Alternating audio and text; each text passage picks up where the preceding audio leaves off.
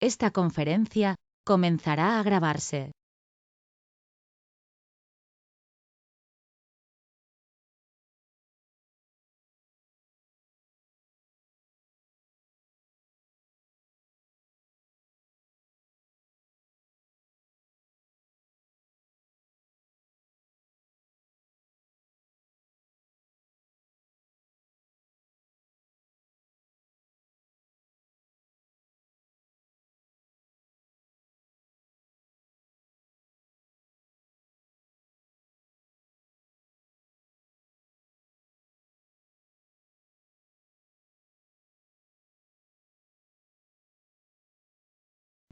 Muy buenas tardes con todos. Ya estaremos por dar inicio en unos momentos. 7:30 estará iniciando la presentación. Mi nombre es David Valverde. Hoy voy a estar como moderadores de la presentación del día. Soy miembro del equipo técnico de residuos sólidos que está pudiendo traer estos webinars, que es resultado del estudio de caracterización de residuos sólidos domiciliarios en tiempos de pandemia. Bueno, antes de dar inicio, voy a dar unas recomendaciones. Recordar tener apagado micrófonos y cámara para evitar alguna interrupción durante la presentación. Las preguntas se responderán al acabar la presentación y se harán por medio del chat.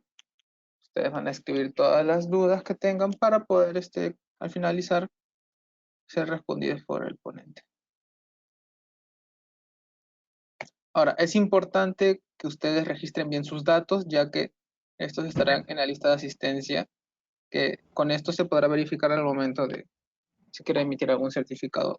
Recordar que se tiene que cumplir con un 80% de las asistencias del total.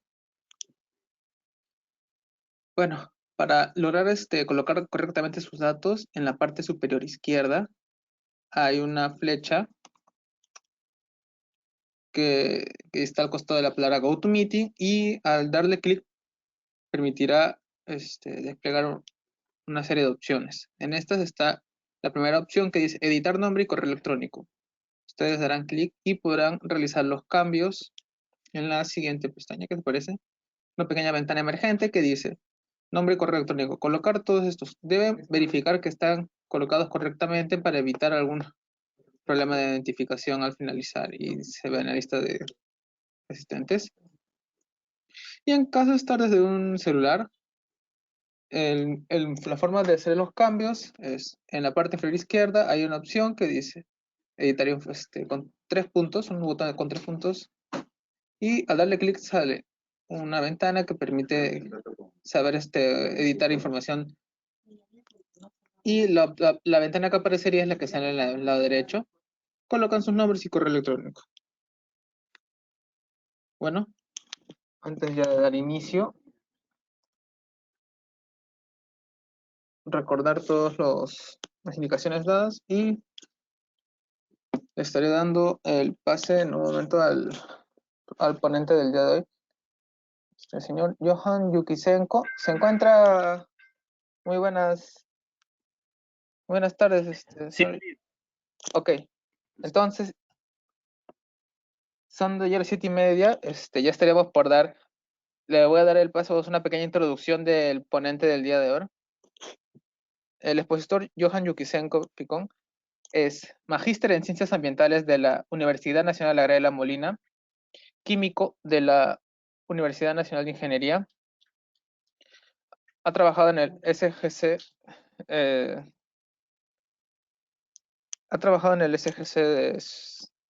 de Perú, en la Autoridad Nacional del Agua.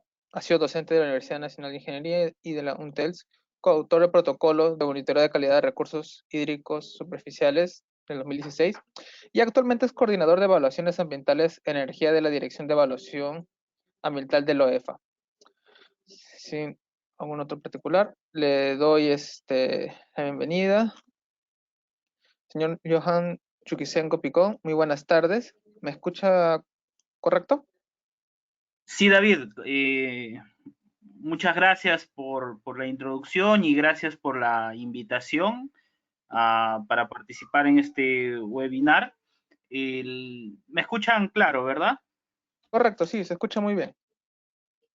Ya, bueno, el tema que vamos a tocar el día de hoy es la evaluación del impacto de un vertimiento de aguas residuales tratadas a un cuerpo natural de agua.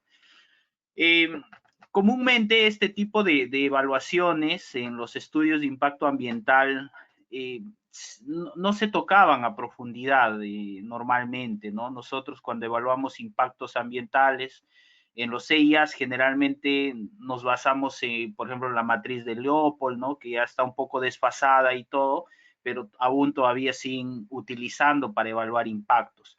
Sin embargo, son metodologías cualitativas. Acá lo que les voy a presentar son metodologías cuantitativas para cómo evaluar y cuantificar el impacto real de efluentes, pues un vertimiento a un cuerpo natural de agua, ya sea un río, una quebrada, un lago, laguna o al mar, ¿no? Para cada uno de ellos la metodología difiere. Entonces, vamos a hacer un resumen bastante rápido de todas las metodologías y qué es lo que nos presenta, ¿no? Bueno, las afirmaciones que haré en la presentación son a título personal en el marco de mi libertad de expresión y no comprometen de algún modo la institución al cual presto servicios, ¿no?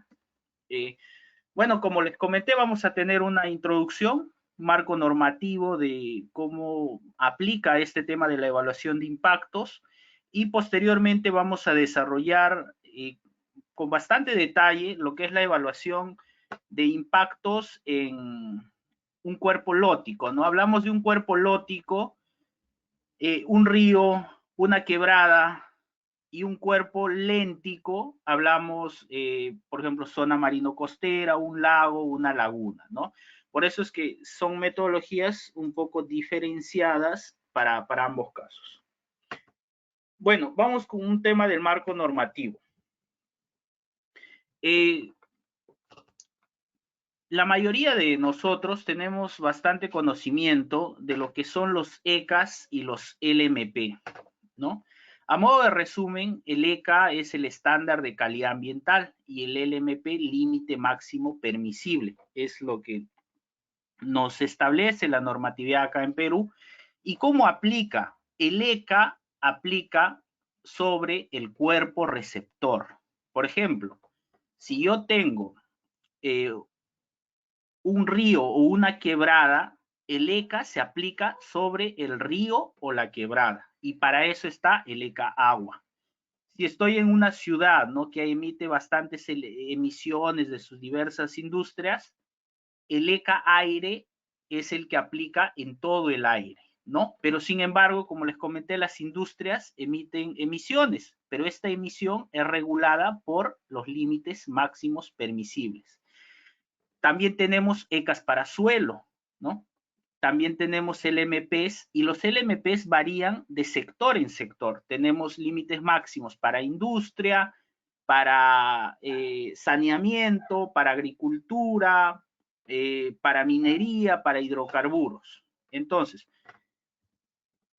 los ECAs es la medida o concentración que aplica sobre el cuerpo receptor.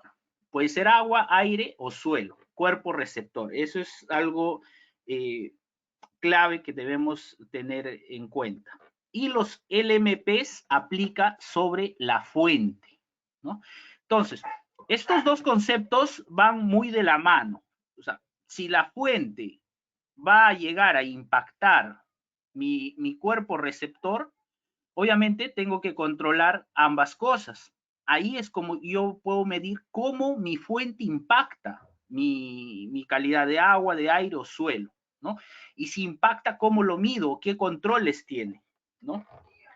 Acá un poco, para modo de ejemplo, nos resume rápidamente, ¿no? Vemos unas tuberías que están descargando aguas residuales, ¿no? El LMP aplica para medir acá en la descarga, en el punto de descarga. Pero el ECA, para ver el cumplimiento del estándar de calidad de agua, aplica sobre el cuerpo de agua. Entonces, deberíamos encontrar parámetros comunes que controlar o que medir, ¿no? Entonces, eso es un modo el mensaje que nos viene ahora. Como vamos a tocar el tema de evaluación de impactos en recursos hídricos, lo importante es ver cómo están los secas actualmente en Perú, ¿no?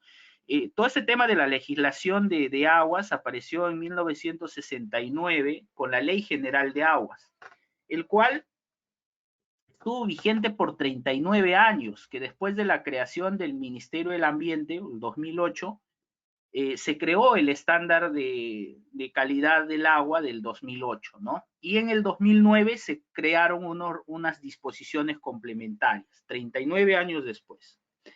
Luego del 2008, 6 años después, en el 2015, se modificaron algunos parámetros, más o menos en concentraciones nada más, no hubo gran cambio de fondo, pero todo esto ya está derogado, ¿no?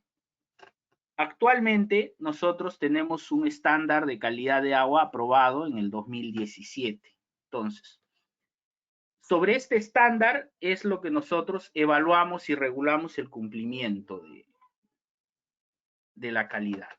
Entonces, ¿qué nos dice estos estándares de calidad o qué es lo que contiene?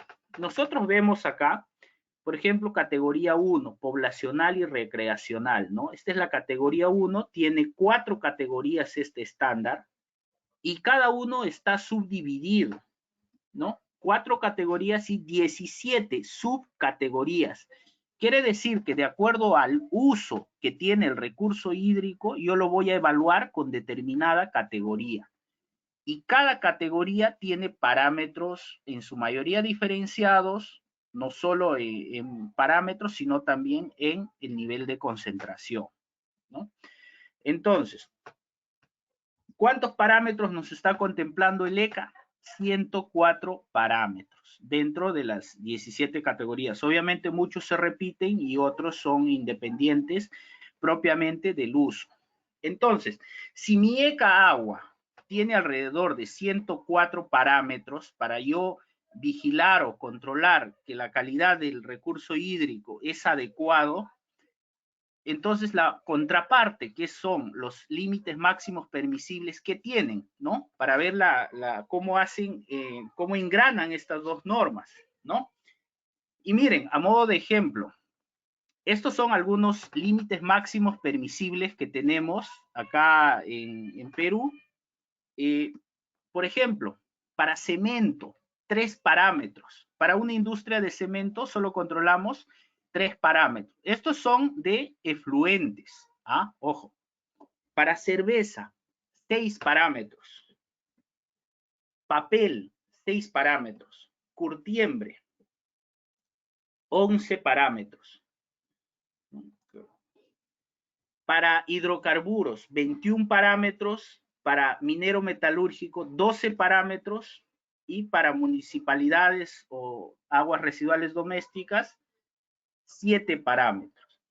Entonces, acá va el tema, ¿cómo evaluamos? En OEFA, el ente rector de la fiscalización ambiental en el país, vigila y controla esto. Vigila y controla LMPs. Pero ¿quién vigila y controla los ECAs? Para eso está la otra autoridad que está adscrita al Ministerio de Agricultura, que es la Autoridad Nacional del Agua. Por un lado, OEFA solo controla pocos parámetros y ANA tiene otra competencia sobre los ECAs, ¿no? Y vemos marcadas diferencias en ambos casos. Entonces, ¿cómo engranamos? ¿Cómo controlamos? ¿Cómo medimos el impacto? ¿Y con qué herramientas contamos, no? Como ya les había comentado en 2 láminas anteriores, que el ECA tiene 17 subcategorías, pero yo como sé mi río, mi quebrada, mi lago, mi laguna, ¿con qué categoría la voy a comparar? ¿De dónde saco esa información? Entonces, la Autoridad Nacional del Agua en el 2018 ha sacado una clasificación. Cada río, cada quebrada a nivel nacional tiene una categoría. Por ejemplo, para ir acá en Lima, el río Rímac, hasta la Atarjea, de donde capta agua para abastecer a toda Lima metropolitana, desde la naciente hasta la tarjea, tiene categoría 1 a 2, ¿no? Poblacional.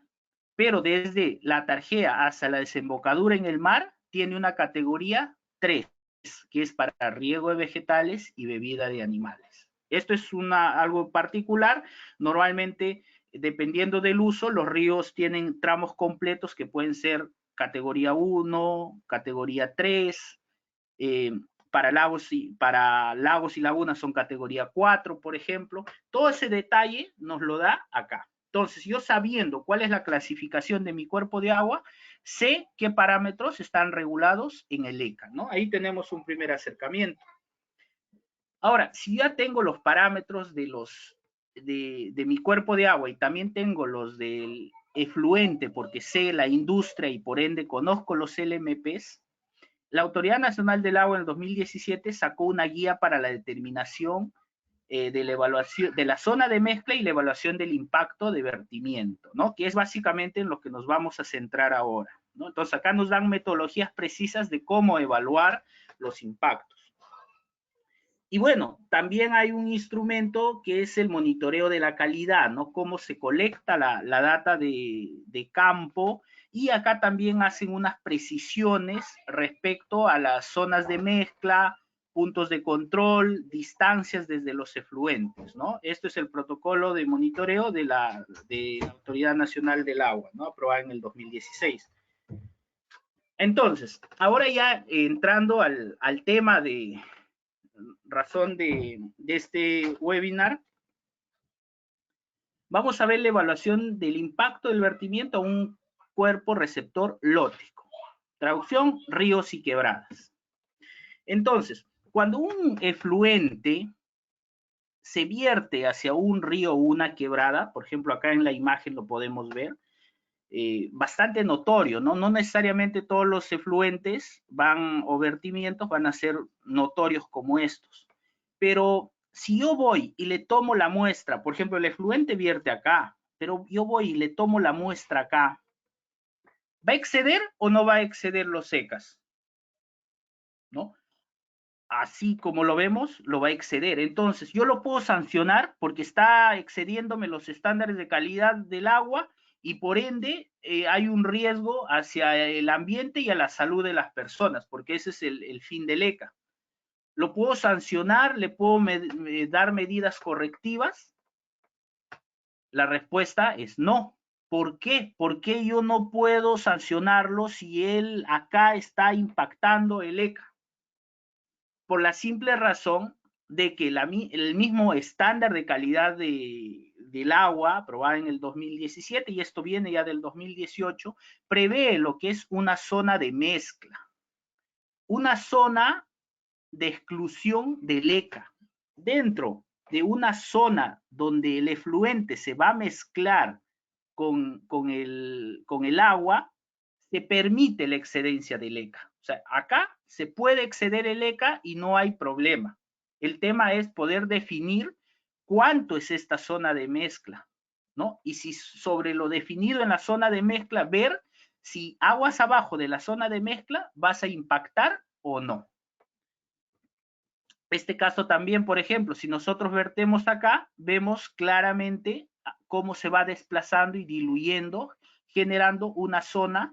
Esto es a modo de ejemplo, ¿eh? No siempre pasa así, es para la presentación. Se determina una zona de mezcla que aparentemente excede el ECA, ¿no? Pero esta zona la tenemos que calcular. Y obviamente hay las metodologías para determinar la zona de mezcla. Entonces, ¿qué es la zona de mezcla y bajo qué principios se maneja la zona de mezcla?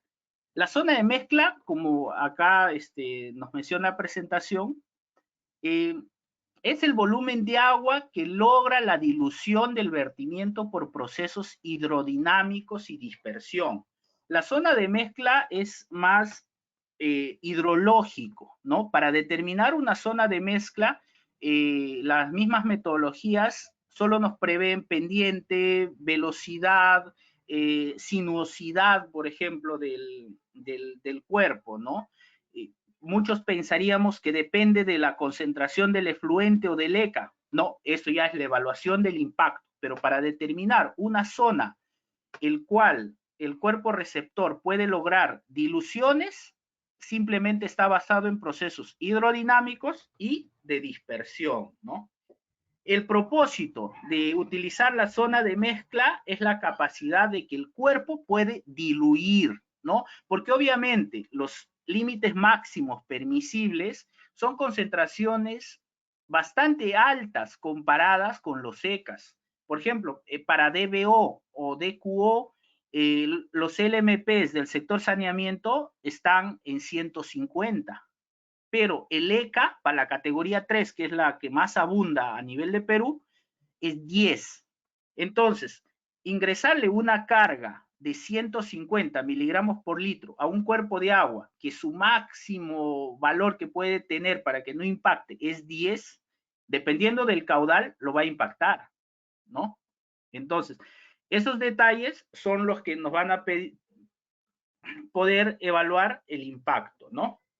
Entonces, si nosotros tenemos un cuerpo de agua, tenemos un vertimiento, hay una zona de mezcla que se permite el exceso de ECA, ¿no? Y esta zona de mezcla, ya lo habíamos visto, ocurre por dilución del efluente por procesos hidrodinámicos, ¿no? La Autoridad Nacional del Agua deberá verificar los secas fuera de la zona de mezcla. O sea, no es que la autoridad viene, te toma un punto acá a 150 metros y te puede sancionar por un incumplimiento a ECA. Si tú has determinado que tu zona de mezcla es 200 metros, la autoridad recién puede tomarte puntos desde 200 hacia adelante y si encuentra un incumplimiento, se inicia una investigación para determinar posibles medidas, ¿no? Entonces, ¿cómo se define la zona de mezcla, no? En un cuerpo lótico, por ejemplo, tenemos un vertimiento y cómo yo defino esta zona de mezcla, hasta esa donde la mezcla se hace completo, pero ¿de qué depende? O dónde lo coloco, ¿no? Lo puedo colocar en esta parte, en esta parte, en esta parte. ¿Dónde son mis puntos de control para definir, ¿no? ¿Por qué es importante la zona de mezcla? La zona de mezcla, aparte de los procesos que vamos a calcular, también depende mucho de los usos que se den aguas abajo. Si yo tengo un vertimiento y aguas abajo, no sé, a 100, 150 metros, yo tengo usos que pueden ser consumo humano, pueden ser riego de vegetales, bebida de animales, usos autorizados, obviamente mi zona de mezcla ya va a tener restricciones. Si acá hay 100 metros, mi zona de mezcla no puede ser más de 100 metros. Y yo dentro de estos 100 metros tengo que garantizar el cumplimiento de los SECA para agua, por ejemplo. Entonces, para poder determinar la zona de mezcla, tenemos varios métodos, pero en realidad en ríos y quebradas hay una metodología bastante simple, que es un método simplificado de la EPA, ¿no? ¿En qué consiste, no? Es una fórmula matemática en la cual el límite de la zona de mezcla, esta longitud, que está expresado por esta fórmula, ¿de qué depende? Ancho del río, ¿no? Pero miren acá la terminología, ancho del río en temporada de estiaje. Acá, cuando nosotros vamos a medir las condiciones para hacer este cálculo, se piden las condiciones críticas. ¿Cuál es la condición más crítica de mi río o quebrada? Mi condición más crítica tiene que ser cuando tiene menos caudal, porque tiene menos capacidad de dilución. Si mi vertimiento puedo garantizar que en época de estiaje no impacte el recurso hídrico, no lo va a impactar en épocas donde hay mayor caudal, por ejemplo. Por lo menos por origen de mi vertimiento, ¿no? ¿Qué más nos dice? Velocidad de flujo, ¿no? ¿Qué más? Coeficiente de dispersión lateral, que está expresado por este factor, CDU, ¿no? C, ¿qué es? Irregularidad del cauce, ¿no? Si son serpentar, lo llama acá, o sinuosidad, por ejemplo, ¿no?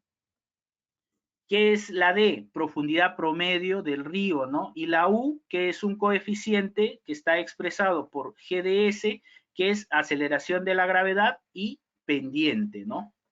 Entonces, esta fórmula para poder determinar la zona de mezcla es bastante simple poder determinarlo en campo, ¿no? Y esto es cuando es un vertimiento en la orilla. Si el vertimiento se hace en el mismo centro, la condición cambia, porque en el centro tiene mayor capacidad de dilución y la zona de mezcla va a disminuir, ¿no? Ahora, en los cálculos que se ha tenido o en parte de mi experiencia que les puedo contar, en ríos de bastante pendiente, la zona de mezcla nunca me ha pasado de 100 metros, ¿no?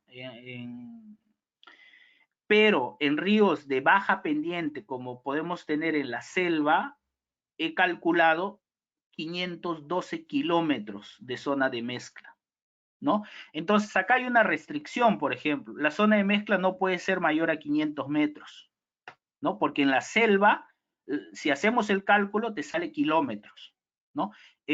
Sin embargo, en la parte costa, en la zona altoandina, por ser de bastante pendiente y menos serpentar los ríos y quebradas, nos salen menos de 100 metros. Pero ¿qué nos dice la normatividad al respecto? La normatividad dentro del protocolo de ANA que sacó es que la zona de mezcla es 200 metros, ¿no? Pucha, pero 200 es bastante, sí, 200 es bastante permisible, ¿no? 200 metros es tu longitud que la autoridad te da. Si tú quieres más, o sea, quieres 300, 400 metros, haz el cálculo y determíname que tú necesitas efectivamente 400 metros para que ellos evalúen y te den ese límite de zona de mezcla, ¿no? Por ejemplo, eso es lo que normado está respecto a la zona de mezcla. Adicionalmente, también podemos calcular la zona de mezcla con software, ¿no? Podemos utilizar el software que el FDC, que nos permite, básicamente tiene los mismos parámetros, los mismos controles del modelo numérico, y el Cormix, ¿no? Para determinar zonas de mezcla también, ¿no? Por ejemplo, vemos el ancho, por ejemplo, la profundidad de descarga, velocidad, que es como básicamente lo mismo de la US EPA. Yo particularmente recomendaría el de la EPA, más completo, teniendo en cuenta que también el Cormix y el FDC son pagados, ¿no? Son software que hay que pagar. Entonces, ya, bacán, yo ya determiné mi zona de mezcla, ya sé que es 200 y si quiero más puedo pedir a la autoridad. Entonces, pero ¿cómo funciona ahora la capacidad de carga del río? ¿Cómo yo voy a evaluar los impactos? Miren, pongamos este ejemplo. Si yo tengo un río de un caudal de 10.000 litros por segundo, obviamente el río, vamos a analizar esto para arsénico, ya viene con una concentración natural o puede tener otro origen, pero no del vertimiento que vamos a evaluar. Y su concentración es 0,01. El ECA para arsénico es 0,05. Acá el arsénico está cumpliendo con el ECA. Carga máxima admisible. La carga o capacidad de carga, como lo vemos acá, es la multiplicación de la concentración por el caudal. Si yo tengo 0,05 de ECA para el arsénico, al multiplicarlo por 10.000 me sale 500 miligramos por segundo de carga máxima. Esta es la máxima carga que el cuerpo de agua puede soportar sin que exceda el ECA. Pero mira, ya viene con 0,01. Si lo multiplico por 10.000, el cuerpo ya viene con una carga de 100 miligramos por segundo. ¿Qué quiere decir esto? Que al cuerpo de agua lo único que tú le puedes agregar para que no exceda el ECA son 400 miligramos por segundo.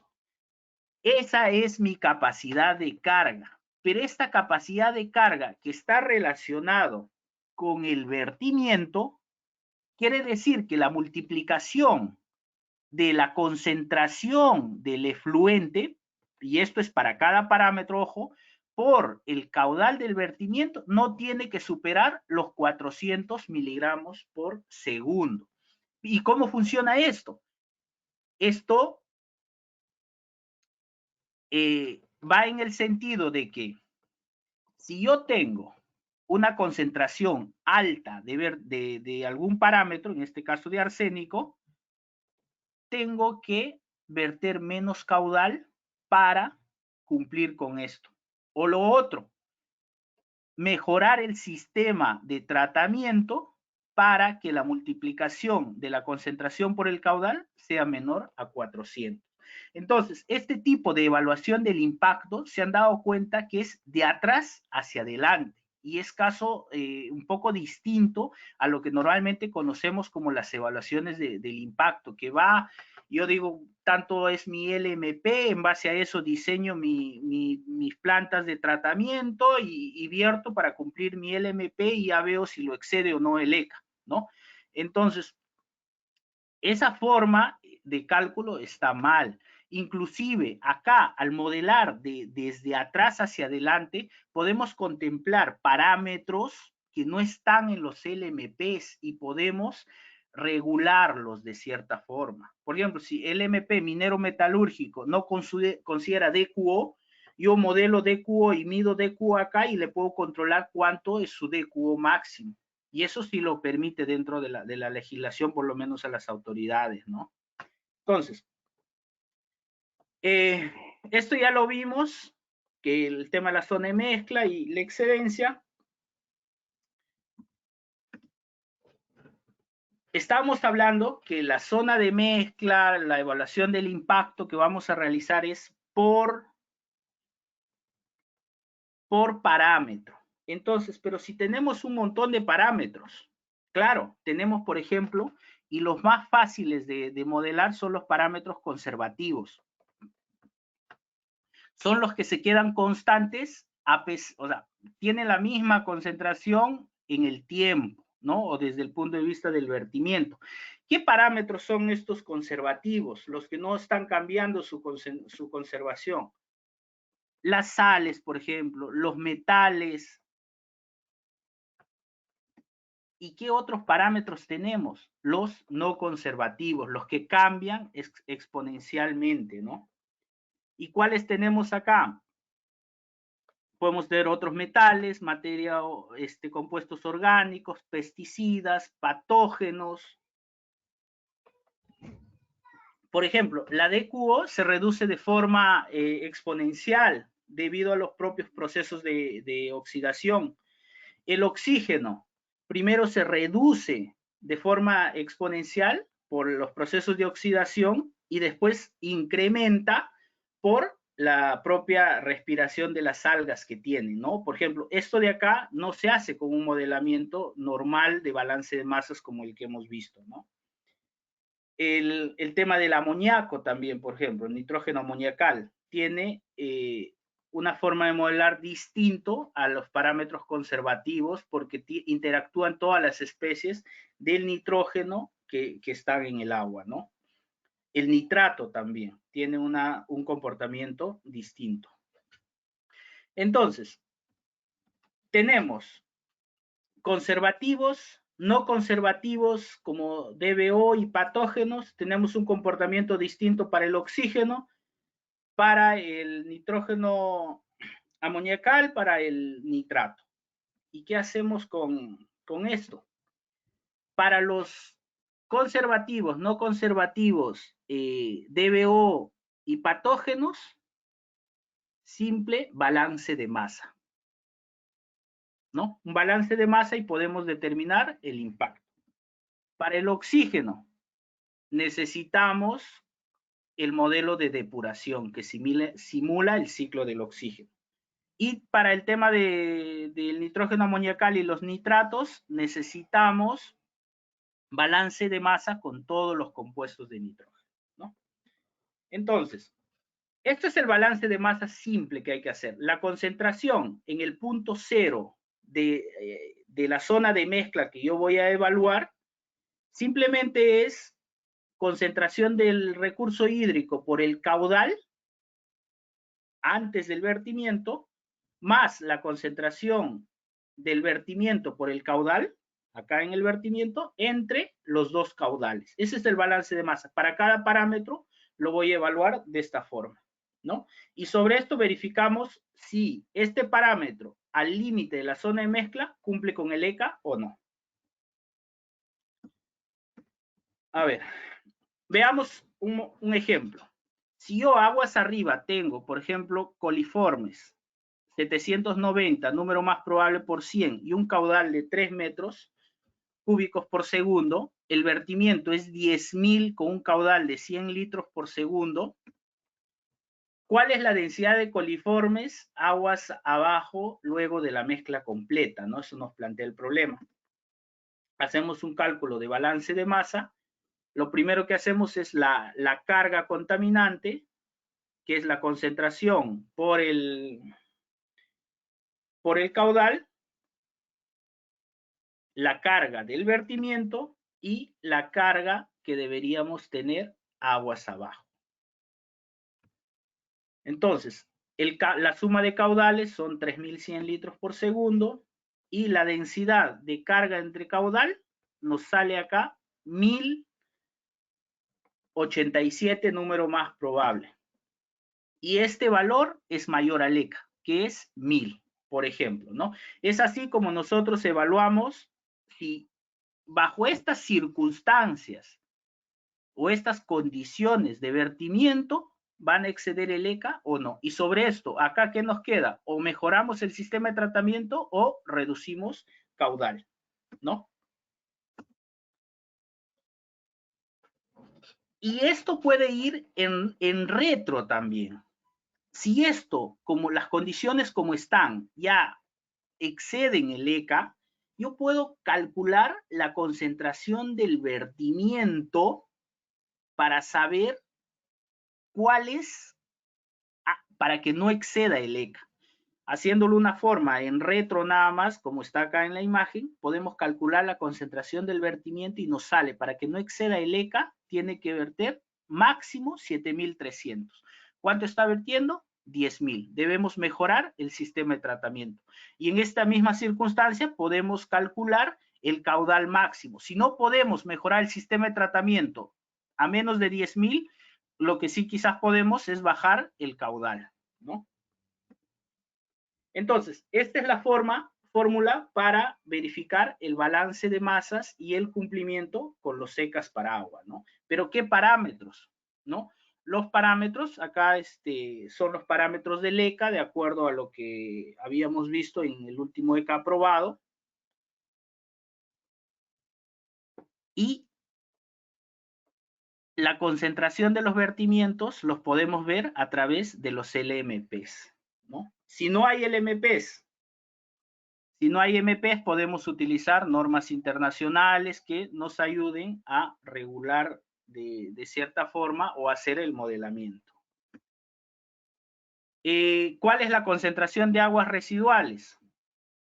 Tenemos dos opciones. Cuando hacemos este tipo de balance de masas, tenemos dos opciones. Utilizamos el valor máximo del LMP, porque por compromiso las empresas tienen que cumplir con los LMP, entonces podemos utilizar el máximo valor de cada uno de los parámetros. Lo otro es, de acuerdo al diseño del sistema de tratamiento, esto ya nos dan valores de las concentraciones de los efluentes, que lo podemos utilizar acá, ¿no? Y la concentración en el cuerpo receptor es la concentración en el agua, pero debería ser en época de estiaje. Para hacer todo balance de masa, lo que necesitamos son condiciones críticas. ¿Cuál es mi condición más crítica que yo debo tener? La mayor concentración de vertimiento que pueda proyectar con el mayor caudal de vertimiento con la concentración más alta o histórica que yo pueda tener en mi cuerpo de agua con mi menor caudal que yo pueda tener en el cuerpo de agua. ¿Por qué? Así yo me aseguro al 100% que al cumplir con estas condiciones, no en ningún momento voy a exceder lo seca para agua. Un momentito, por favor.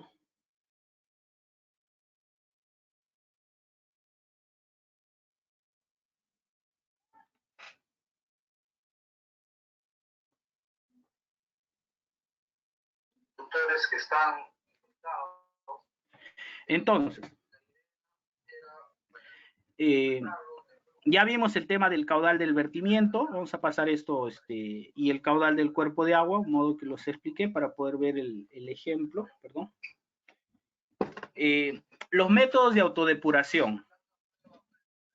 Tenemos el oxígeno, nitrógeno, el CO2, ¿no? Y los métodos de autodepuración van cambiando y varían constantemente de cómo se dan las condiciones, ¿no? Tenemos sólidos suspendidos que se sedimentan, sedimentos orgánicos, hay hidrólisis, carbono orgánico, nitrógeno amoniacal, fósforo orgánico, degradación anaeróbica, oxidación por bacterias que nos da CO2, incluye el oxígeno, hay reaireación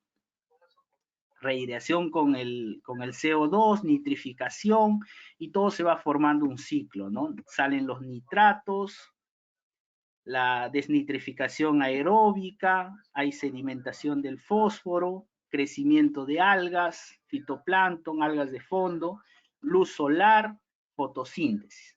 Todo este ciclo es lo que se tiene que modelar en los procesos de autodepuración, ¿no? Entonces, ¿cómo hacemos esto, no?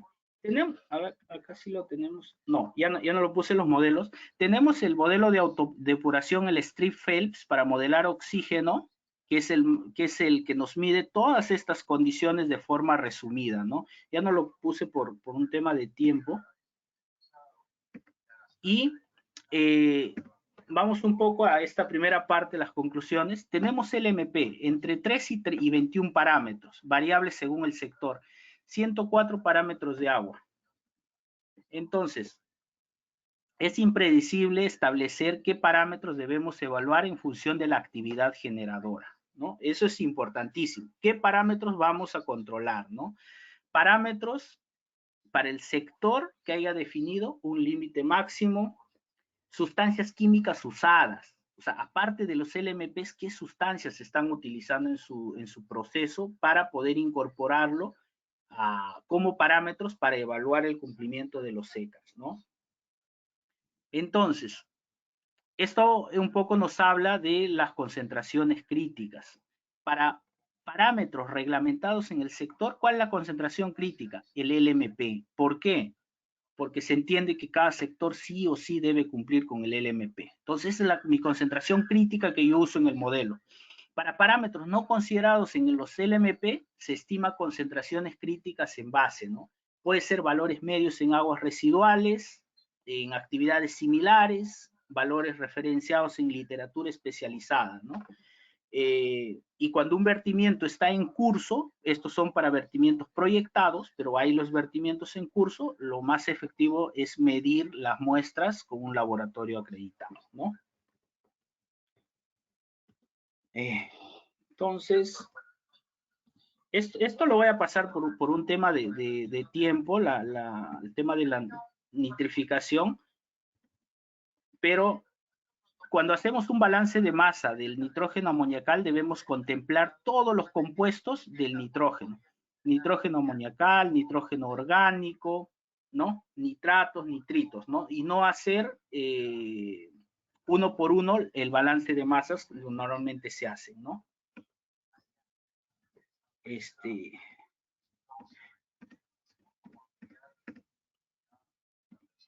Esto es lo que yo les hablaba para el modelo de oxígeno, ¿no? Para aguas abajo de un vertimiento de aguas municipales.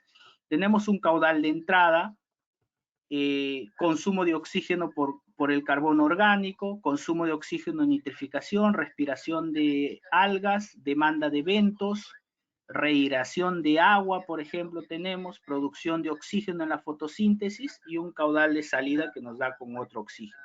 Para esto no lo podemos hacer con un balance de masas normal, ¿no? Tenemos que utilizar modelos de ciclo de oxígeno, puede ser el Qual-2K, el Rios-4, el Rios-EP, entre otros, ¿no? Que son específicos para modelar el tema del oxígeno, ¿no?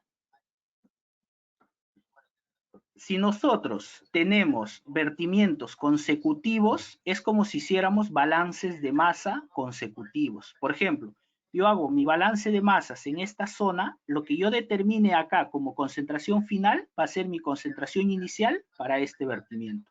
Y lo que yo determine acá como concentración final va a ser concentración inicial para este vertimiento, ¿no? Y al final me sale el impacto completo de los tres, por ejemplo. Acá vamos a cerrar un poco con un modo de ejemplo que hemos trabajado este año, que es el impacto de la purga de sedimentos, ¿no? Por ejemplo, esto es para el caso de sólidos. Nosotros tenemos un vertimiento de 15 metros cúbicos con una concentración de sólidos de 882, medido en campo, ¿no? El aguas arriba, 2,46 de metros cúbicos con 49 de concentración de sólidos. Al hacer solo el modelamiento, el balance de masas, la concentración aguas abajo sale 765. 765 es menor a 400, que es el ECA para agua. Y no cumple con el ECA, ¿no? Entonces, ¿qué debe hacerse para cumplir el ECA? Hemos hecho el balance de carga y acá tenemos una carga de 0,12. Lo que ellos están ingresando es 13,2, ¿no? Entonces, la capacidad de carga abajo es 0,98, ¿no? La máxima carga admisible es 0,98, ¿no? La carga actual es 0,12, de acuerdo a lo calculado. La capacidad de carga debería ser 0,86, que es mucho menor al 13,2 kilogramos que ellos están vertiendo, ¿no? O sea, con una simple resta de estas dos capacidades de carga son 0,86 kilogramos por segundo que el cuerpo puede aceptar para que no exista un incumplimiento. Y lo que ellos están vertiendo son 13,2, ¿no? Entonces, ¿qué deben hacer ellos? ¿Cuál es la condición para que ellos puedan cumplir con el ECA, ¿no? Si ya tenemos la máxima capacidad de carga que se tiene, lo que se ha calculado, porque ellos en el vertimiento no pueden bajar la concentración de los sólidos, de acuerdo al cálculo, se ha determinado que el máximo volumen que ellos pueden verter es 1,78, ¿no? Con este 1,78 ellos garantizarían el cumplimiento del ECA, ¿no? Y una medida que dio EFA justamente iba a la regulación del caudal para no generar impactos en la quebrada, ¿no? La otra opción es que si van a seguir vertiendo 15 metros cúbicos, la concentración que debe verter no debe superar por los 457 miligramos por litro, ¿no? Para el cumplimiento del ECA. Bueno, esto es un modelo que se hizo más aguas abajo. Voy a pasar por un tema de tiempo. Y bueno, acá sí vamos a hablar rápidamente, solo una pequeña introducción de la evaluación del impacto de vertimientos en un cuerpo receptor marino costero. En el tema de marino costero, que normalmente las descargas son a través de emisarios submarinos, la zona de mezcla es el volumen de agua donde ocurre la dilución inicial, ¿no? Porque como vemos acá en la figura, esta es la zona donde ocurre la dilución inicial. Y esto es lo que hay que calcular, la zona de mezcla. ¿Y cómo lo medimos? Desde el punto de descarga hasta el punto final, ¿no? Pueden ser 30, 40, 50 metros, ¿no? Tenemos varios supuestos que se manejan acá, ¿no? Como la mezcla causada por el impulso de agua, la fuerza causada por la diferencia de densidad, la corriente del río. Entonces, para nosotros poder determinar exactamente la zona de mezcla acá, sí necesitamos de varias condiciones. Las plumas que se pueden generar dentro de la zona de mezcla varían, depende de la corriente, depende de la densidad de nuestro efluente, ¿no? Depende de la dirección en la que está colocado el emisario, ¿no? Entonces, todas estas curvas varían y estos se modelan, ¿no? Esto no lo podemos hacer con un balance de masa simple, y para esto hay un enfoque reglamentario y hay modelos numéricos que se deben utilizar. El enfoque reglamentario, nosotros tenemos dos tipos de emisor. Un emisor con un único orificio de descarga y un emisor que tiene orificio de descarga pero tiene difusores, ¿no? Difusores múltiples. ¿Qué nos dice el enfoque reglamentario? Estados Unidos nos dice que la zona de mezcla no debería ser más de 100 metros, ¿no? En la zona marino-costera. ¿Qué nos dice el Perú en el sector pesquería? No debería ser más de 200 metros, ¿no? Esto es lo que nos dice el tema reglamentario. Acá yo sí difiero bastante, en todos los modelos que hemos hecho nosotros, en base a la experiencia, la verdad no he encontrado hasta ahora uno que supere los 60 metros de zona de mezcla, ¿no? Sin embargo, estos valores del enfoque reglamentario son bastante permisibles para poder determinar la zona de mezcla. ¿Y cuáles son los modelos que por lo menos utilizo y se utilizan normalmente, ¿no? Bueno, acá el protocolo de ANA dice 200 metros, ¿no? Uno de los modelos más utilizados es el Visual Plumes. Es un software libre de la EPA y nos da resultados en esta forma, en el cual nos dice cuál es la distancia y a qué profundidad está la zona de mezcla, ¿no? Por ejemplo, distancia horizontal desde la fuente nos da acá más o menos 45 metros. Esto es a modo gráfico, obviamente el software sí te da la distancia exacta, 45 metros de zona de mezcla, ¿no? Y esto es una vista de plano. Es un modelo libre, bien recomendable.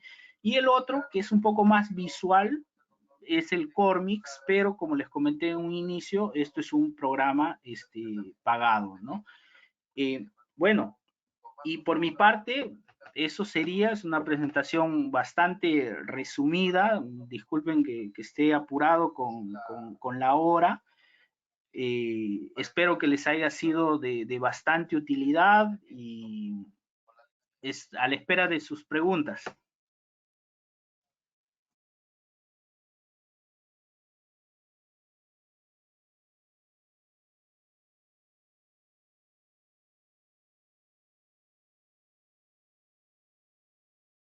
Agradecemos y felicitamos al magíster Johan Chuquisengo Picón por su excelente presentación. A continuación pasaremos a la ronda de preguntas por parte de los participantes. Les invitamos a enviar sus preguntas a través del chat. Cielo Moreira pregunta, ¿cuál es el software que recomienda? Perdón, ¿no me podría repetir la pregunta? Sí, Cielo Moreira nos dice, ¿cuál es el software que recomienda? Miren, el software que yo recomiendo y es el más práctico para modelar lagos, lagunas y mar, el Visual Plumes. Es un software libre. No es tan fácil, el manual está en inglés y todo, tiene su manual, es un software de la EPA, pero es cuestión de empaparse nada más con el software. El Cormix tiene su versión demo libre, pero no, si quieres acceder a todos los beneficios, tienes que comprar la licencia, ¿no? Y en el caso en ríos y quebradas es suficiente con el modelo simplificado de la EPA, que es un modelo matemático, ¿no? No necesitamos más.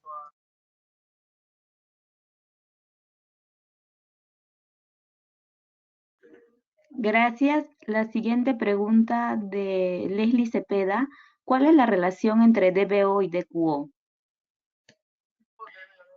Miren, DBO y DQO generalmente están relacionados, ¿no? La DBO, que es la demanda bioquímica del oxígeno, que es la materia orgánica que puede ser degradada biológicamente por los microorganismos.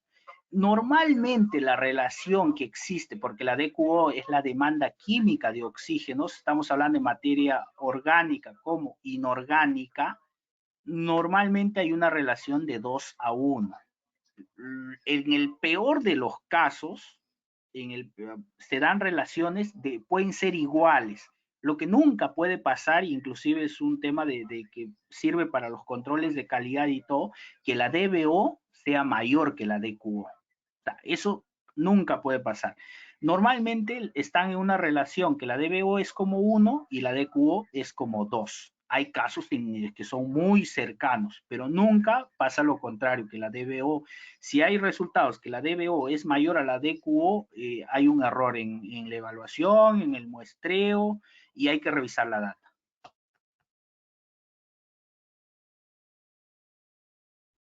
Ok, muchas gracias.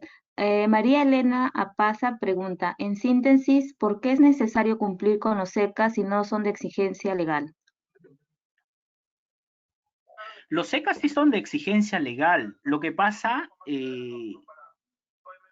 es que para encontrar o sea, debemos cumplir los SECAs y te pueden sancionar por ECAS. El problema es que tienes que determinar la causa.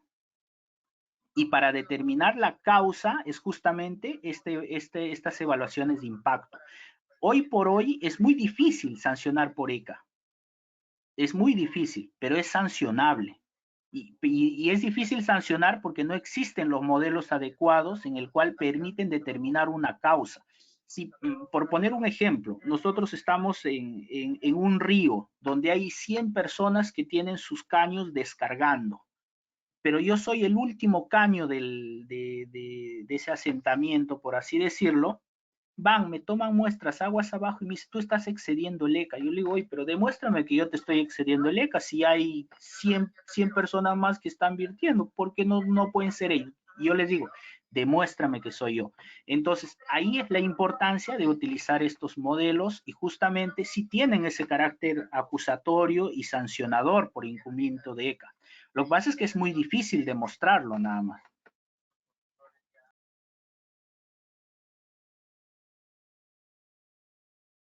Ok, gracias.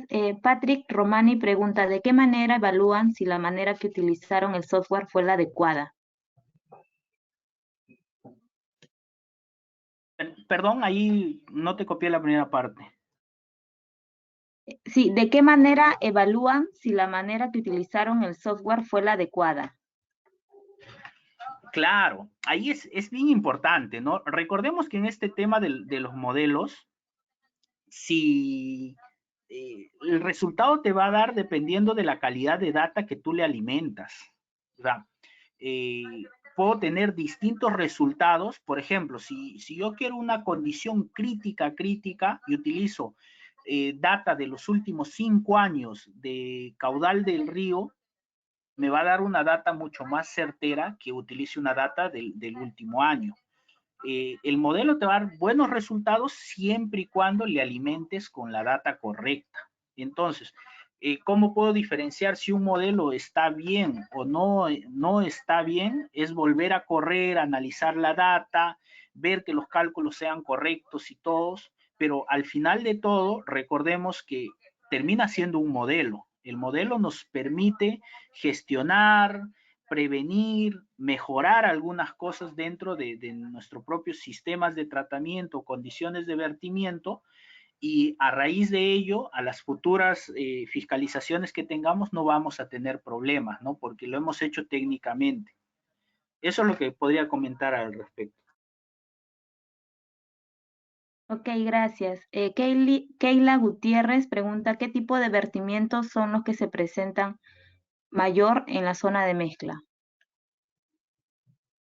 Los tipos de vertimientos que tenemos en la zona de mezcla, o sea, todos los vertimientos tienen una zona de mezcla, todos. Ahora, ¿qué tipos de vertimientos son los que más impacto causan en la zona de mezcla o que siempre exceden la zona de mezcla? amparándonos un poco en los LMPs, son los domésticos o los municipales. ¿Por qué? Porque estos tipos de vertimientos, las concentraciones DBO, DQO, coliformes, son marcadamente diferentes a los que el cuerpo de agua permite, ¿no? Entonces, en este tipo de vertimientos de municipales, domésticos, siempre hay una excedencia en la zona de mezcla, ¿no? Y a veces es mucho más evidente que en tanto podemos tener en minería y hidrocarburos. Gracias. Miguel Ronceros pregunta, ¿podría existir un conflicto de competencias entre ANA y OEFA en cuanto a fiscalización de vertimientos? Claro, claro que los hay. Les comento, actualmente, por ejemplo, cómo actúa OEFA y cómo actúa ANA. ANA no tiene permitido monitorear los efluentes, por ejemplo, y ANA, si encuentre una excedencia en un efluente, no puede sancionar porque no es su competencia. Del mismo sentido, OEFA, si va y encuentra una excedencia en los secas, no lo puede sancionar por ECA. OEFA no sanciona por ECA, por ejemplo. Pero ¿cómo hace OEFA para sancionar? Encuentra la causa. Si yo demuestro que esa excedencia de ECA es producto de tu efluente, así estés cumpliendo, yo te puedo sancionar al efluente que es competencia de OEFA, por ejemplo, ¿no? Y en el mismo sentido ANA, ¿no? Pero ahora ANA es más complicado que, o sea, pueda determinar porque generalmente no le permiten el tema del acceso a los efluentes, ¿no? Pero OEFA sí. Pero OEFA va en retro. Si encuentra excedencia en agua, retrocede al LMP y al sistema de tratamiento. Y por ahí se dictan las medidas correspondientes. Gracias. María Elena Paza pregunta, ¿qué sucede si se tiene dos vertimientos de diferentes orígenes en el mismo lugar del cuerpo receptor? ¿A quién se atribuye la responsabilidad de adecuarlo? Buena pregunta, muy buena pregunta. Por ejemplo, hay muchos casos que hay dos vertimientos de distintos orígenes y lo más común es en los campamentos mineros o en las unidades mineras. Tenemos aguas, por ejemplo, de contacto de los componentes que van a un sistema de tratamiento y vierten, y ahí abajito nada más va las aguas de tratamiento de aguas residuales. Entonces, ahí es muy fácil atribuir y diferenciar, porque los parámetros que evaluamos son distintos. En uno más vamos a los microbiológicos, a la DBO, DQO, y en el otro más vamos a los metales, ¿no? Ahora, hay condiciones en las cuales se otorgan estos vertimientos. No se podría autorizar muy cercanos unos con otros. Por eso es que la autoridad evalúa cuál es el punto adecuado para la descarga. Si yo, por ejemplo, digo que mi zona de mezcla es 30 metros, la autoridad no le puede autorizar menos de esos 30 metros, porque no tendría ningún sentido. Cuando me van a fiscalizar, yo no podría cumplir con los secas, ¿no? Pero hay muchos casos, generalmente los informales y todo, que sí pasa esto, que hay vertimientos muy cerca. ¿Cómo lo evaluamos esto? Como lo vimos en uno de los ejemplos, cuando hay vertimientos múltiples. Consideramos el balance de masas, la carga contaminante, y esa carga es específica para cada vertimiento. Y podemos asociar una relación directa. Y podemos calcular la contribución de cada vertimiento al cuerpo de agua, ¿no? Sí es posible en los distintos casos. Ok, gracias. Fernanda Galvez nos dice, Magíster, buenas noches, excelente presentación. Quisiera saber su opinión respecto a las actuales ECA. Sabemos que estos estándares están basados en normativas extranjeras, tanto de agua como de aire. ¿Qué tanto toman en cuenta la realidad peruana? ¿Se podrían hacer ECAs desde investigación netamente peruanas? Qué excelente pregunta, la verdad, y bueno, yo me amparo en mi segunda lámina de que mis expresiones son netamente personales, pero a modo de experiencia, cuando el MINAM aprobó este ECA del 2017, lo que yo dije es, el Ministerio del Ambiente descontaminó la mitad de los ríos del Perú en un solo día, ¿no? ¿Qué quiere decir con esto? Que en este último ECA muchos parámetros se hicieron más permisibles de lo que eran y muchos de los ríos que antes estaban excediendo el ECA ahora ya no lo estaban.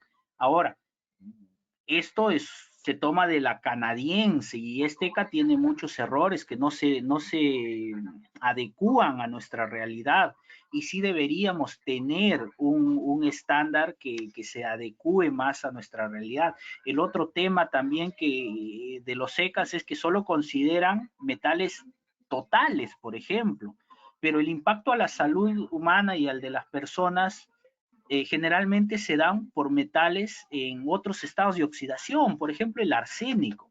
Acá en el Perú, sobre todo en la zona sur de Tacna, Arequipa, Moquegua, la gente toma agua con arsénico. De acuerdo a los secas, el arsénico allí excede hasta 8, 10, 20 veces. Pero ellos toda la vida han tomado agua con arsénico y nunca les ha pasado nada. ¿Y por qué? Hay investigaciones de la Cayetano Heredia y otras internacionales que han determinado la especie del arsénico, por ejemplo, en esa zona, y que han determinado que el 80% del arsénico es el arsénico oxidado, el arsénico 5. Y de acuerdo a todas las investigaciones referentes a salud que se tienen, el arsénico 5 no se asimila en el organismo y no forma el metilarsénico y no nos causa ningún daño. Y es por eso que la gente sigue tomando y está de lo más tranquila.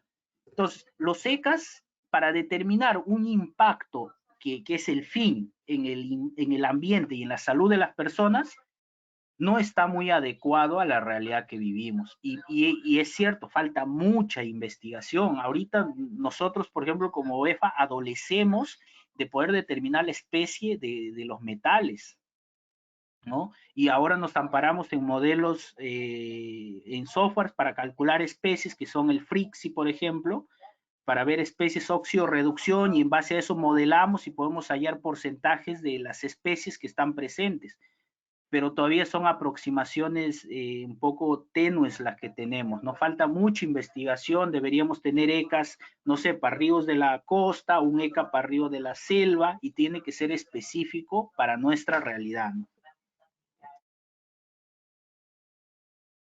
Ok, muchas gracias. Jordi Mamani pregunta, ¿qué metodología de evaluación de impacto ambiental cuantitativo recomienda? La metodología, justo la cuantitativa, la que estamos, es la que les hemos presentado, ¿no? En ríos y quebradas, el modelo de la EPA, el simplificado para determinar zona de mezcla, y el balance de masas para determinar impacto. Y en zona marino-costera, la metodología es la del Visual Plumes, ¿no? Para determinar la zona de mezcla, y en adición a la zona de mezcla, y el mismo manual que nos aprobó la ANA nos dice, ¿no?, cómo evaluar, que es un balance de masas modificado el que se utiliza para poder determinar el impacto en zona marino-costera. Pero en zona marina costera sí o sí necesitamos utilizar el software.